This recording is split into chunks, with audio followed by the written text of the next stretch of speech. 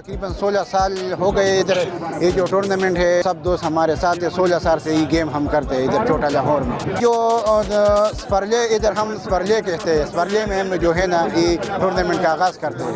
लोग तो बहुत ज़्यादा आ रहे थे। तकरीबन हमारा टूर्नामेंट का तकरीबन 35 दिन हो गए, अभी 35 दिन।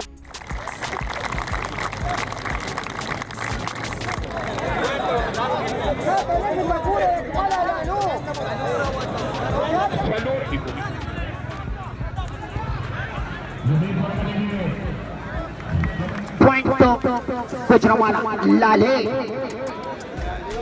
खतरनाक लग रहा है स्टॉपर।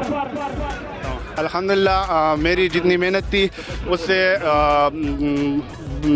दोबारा मैं अच्छा खेला हूँ और मेरे टीम जो है बाकी वो भी बहुत अच्छा खेला और मैं इन लोगों से बहुत खुश हूँ।